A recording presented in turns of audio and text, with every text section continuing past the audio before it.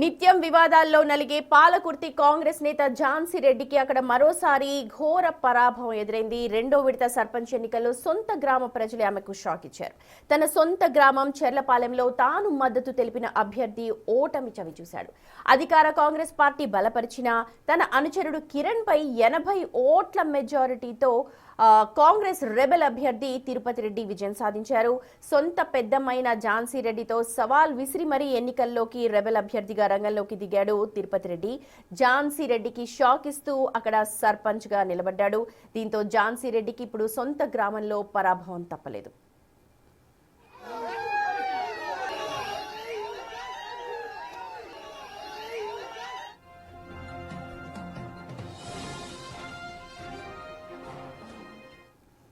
Right, మా ప్రతినిధి Venu live లో జాయిన్ అవుతున్నారు. వేణు, చాలా చోట్ల మనం చూసాము ఇతర పార్టీలతో పోటీ కంటే కూడా సొంత కాంగ్రెస్ అంటే సొంత పార్టీ రెబల్ అభ్యర్థులే గెలుపొందుతున్నారు. ఇక్కడ సొంత గ్రామ ప్రజలు ఝాన్సీ రెడ్డికి ఒక షాక్ ఇచ్చారని చెప్పాలి. ఒకసారి ఓవరాల్ గా వరంగల్ జిల్లా అనాలిసిస్ చెప్పండి ముందుగా.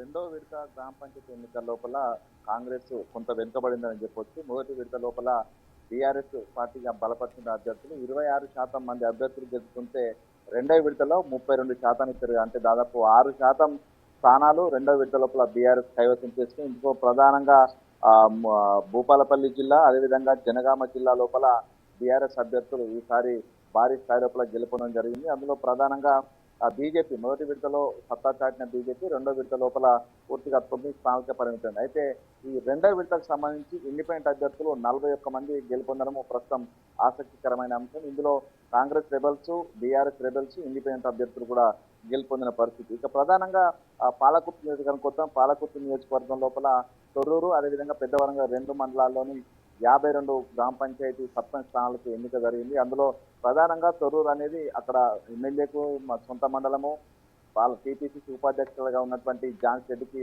సొంత మండలం. వాళ్ళకి అసెంబ్లీ ఎన్నికల్లో డిసెంబర్ 2023లో జరిగినటువంటి అసెంబ్లీ ఎన్నికల లోపల 69.42% ఓట్ షేర్ వచ్చింది కాంగ్రెస్ పార్టీకి. కానీ స్థానిక సంస్థల ఎన్నికల లోపల ఈ ఓట్ షేర్ 47.39కే పరిమితమైంది. అంటే దాదాపుగా వీళ్ళకి 30% ఓట్ షేర్ కంప్లీట్ గా డౌన్ ఫాల్ అయింది. ఆ ఓట్ షేర్ అంతా కూడా రెబల్ అభ్యర్థులకు మళ్ళింది, మరోవైపు బీఆర్ఎస్ వైపు మళ్ళింది. అంటే తొర్రూరు మండలానికి సంబంధించినటువంటి ప్రస్తుతం సర్పంచ్ ఫలితాల లోపల బీఆర్ఎస్ బలపరిచిన అభ్యర్థులు 9 స్థానాల్లో గెలుపొందగా రెబల్ అభ్యర్థులు 7 స్థానాల్లో గెలుపొందారు. ఝాన్సీ రెడ్డి నిలిపినటువంటి అభ్యర్థులు 14 స్థానాల్లో గెలుపొందగా ఒకరు ఏకగ్రీవం కావడం జరిగింది.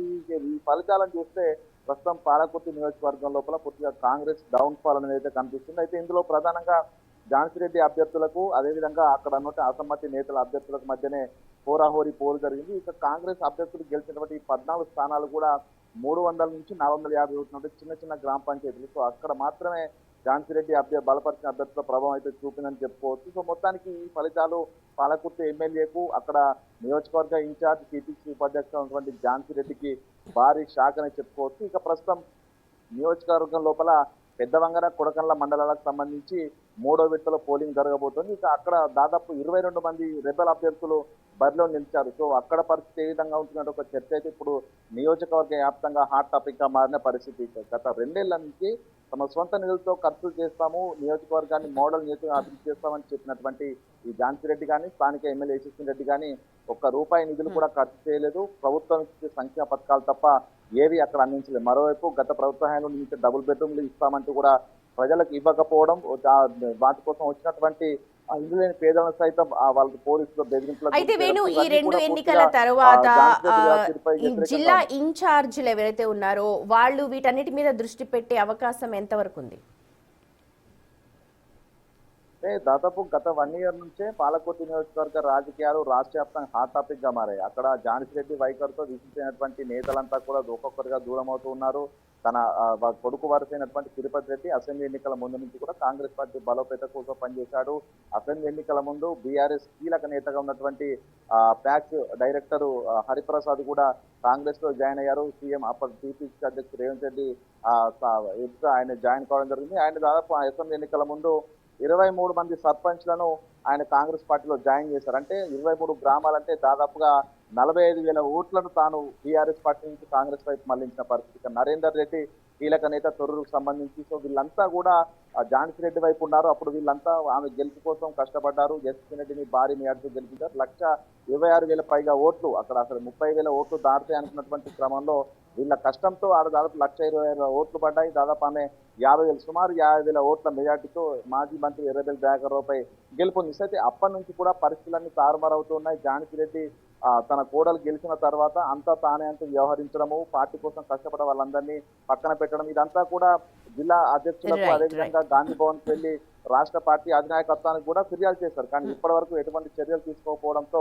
తిరుపతి రెడ్డి అధ్యక్షతన అసమ్మతి వర్గం అంతా ఒకటైంది. ప్రస్తుతము రెబల్ అభ్యర్థులుగా భావిస్తున్న ఈ అభ్యర్థులు ఇప్పుడు మేమే అసలైన కాంగ్రెస్, సీఎం రేవంత్ సైన్యం అంటున్నారు. ఇక ఝాన్సీ రెడ్డి అసలు కాంగ్రెస్ రెబల్ అంటూ కూడా తీవ్ర చర్చలు జరుగుతున్నాయి. ఇక దీనిపై ఝాన్సీ రెడ్డి ఏ విధంగా స్పందిస్తుంది, అధిష్టానం ఇక్కడ జరుగుతున్న వ్యవహారం చక్కబెట్టే ప్రయత్నం చేస్తున్నారు, చూడాలి.